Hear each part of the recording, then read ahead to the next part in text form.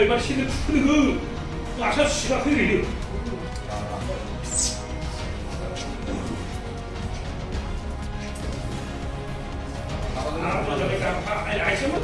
CCTV surveillance চাৰিবাৰ দলি আছে এবাৰ চাৰিবাৰ দলি আছে আমি ভাবিছোঁ কোনোবা মদ খাই কৰিছে এনেকুৱা এই ঘটনাটো আমি এজাহাত দিছোঁ ইতিমধ্যে পুলিচে কৰায়ত্ব কৰিছে ঘটনাটো ঘটনাটো খোৱাই গৈছে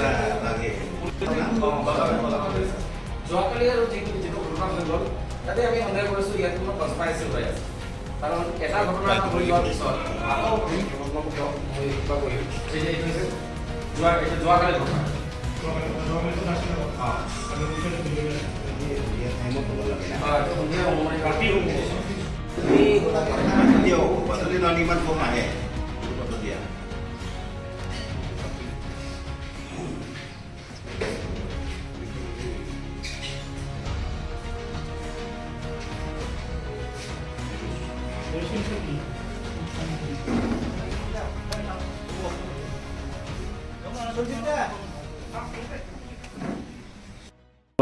ইতিমধ্যে গম পাইছে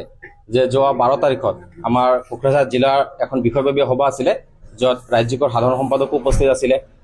সেই সভাখন ভালভাৱে অনুষ্ঠিত হৈ গ'ল আমাৰ 12খন মণ্ডলৰ সভাপতি আৰু জিলাৰ সকলো বিষয়ববীয়া লৈ সভাখন অনুষ্ঠিত হৈ গ'ল কিন্তু সন্ধিয়া কোনোবা দুষ্কৃতিকাৰীয়ে এই ৰাস্তাৰ পৰা 4বাৰ আমাৰ জিলা কাৰ্যালয়ত দলিয়াই আমাৰ জিলাৰ কাৰ্যালয়ৰ যিখন গ্লাছ আছে আপোনালোকে দেখিব পাইছে এই গ্লাছখন ভাঙিছে তেতিয়া আমি বস্তুখন চাই আমি ইতিমধ্যে আমি পুলিচ প্ৰশাসনক এজাহাত দাখিল কৰিছোঁ এজাহাত দাখিল কৰাৰ পিছত পুলিচ প্ৰশাসনে সম্পূৰ্ণ তদন্ত কৰিছে আৰু এই জিলা কাৰ্যালয়খন সম্পূৰ্ণ আমাৰ CCTV সাৰ্ভিলেন্সত আছে গতিকে পুলিচ প্ৰশাসনক আমি সকলো তথ্য দিলোঁ CCTV সকলো ফুটেজ তেওঁলোকে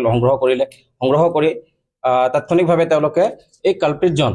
যিজনে দলিয়াইছিলে 4বাৰকৈ শিল তেওঁক এই ভাওৰাগুৰিৰ পৰা কৰায়ত্ব কৰিছে গতিকে এই ভাওৰাগুৰিৰ পৰা কৰায়ত্ব কৰা এই দুষ্কৃতিকাৰীজনক ইতিমধ্যে আমি পুলিচ প্ৰশাসনক ধন্যবাদ জনাম তেওঁলোকে কৰায়ত্ব কৰি আনিছে তাৰপিছত যোৱাকালি আকৌ একেই ঘটনা পুনৰাবৃত্তি হ'ল যে আমাৰ জিলাৰ আনো এখন দৰজাত এনেকুৱা শিল দলিয়াই ভঙা আপোনালোকে দেখিব পাৰিছে তো খিৰিকীটো ভাঙিছে তো এই ঘটনাটো আমি সহজভাৱে ল'ব পৰা নাই কাৰণ আজি আমাৰ ৰাজ্য চৰকাৰ চলি আছে কেন্দ্ৰ চৰকাৰ চলি আছে আৰু ভাৰতীয় জনতা পাৰ্টি কোকৰাঝাৰ জিলাৰ মুখ্য কাৰ্যালয়ত এনেধৰণৰ ঘটনাটো আমাৰ দলীয় কোনো কাৰ্যকৰ্তা সহজভাৱে গ্ৰহণ কৰিব পৰা নাই কাৰণ এইটো এটা কনস্পাইৰেচি যেন লাগিছে ইয়াৰ আঁৰত কোনোবা লুকাই আছে পুলিচ প্ৰশাসনক মই অনুৰোধ জনাম যে ইয়াৰ পিছত কোনোবা যদি লুকাই আছে তদন্ত কৰি এই তেখেতক ওলাই আনিব লাগে আৰু মানে দোষীক কৰায়ত্ব কৰি দৃষ্টান্তমূলক শাস্তি বিহিব লাগে যাতে এনেধৰণৰ কাৰ্যালয়ত আৰু পুনৰাই এনেধৰণৰ দুষ্কৃতিকাৰীয়ে মানে হিল দলিয়াৰ কথা চিন্তা কৰিব নোৱাৰে আৰু আজি জিলা কাৰ্যালয়ত দলিয়াইছে কালি জিলাৰ আমাৰ বিষয়ববীয়াৰ ওপৰত দলিয়াব পাৰে আমাৰ জিলা সভাপতিৰ ওপৰত আক্ৰমণ কৰিব পাৰে গতিকে এই ঘটনাটো মানে সহ্য কৰা নহ'ব আৰু মই প্ৰশাসনক ধন্যবাদ জনাম কৰায়ত্ব কৰিছে আৰু ইয়াৰ আঁৰত থকা কনস্পাইৰেচন লাগে ইয়াৰ আঁৰত কোনোবাই এই বস্তুটো মানে তেল যোগাই আছে যিসকলে ইন্ধন যোগাই আছে তেওঁলোকক কৰায়ত্ব কৰাটো বেছি মানে গুৰুত্বপূৰ্ণ গতিকে মই এই ঘটনাটোক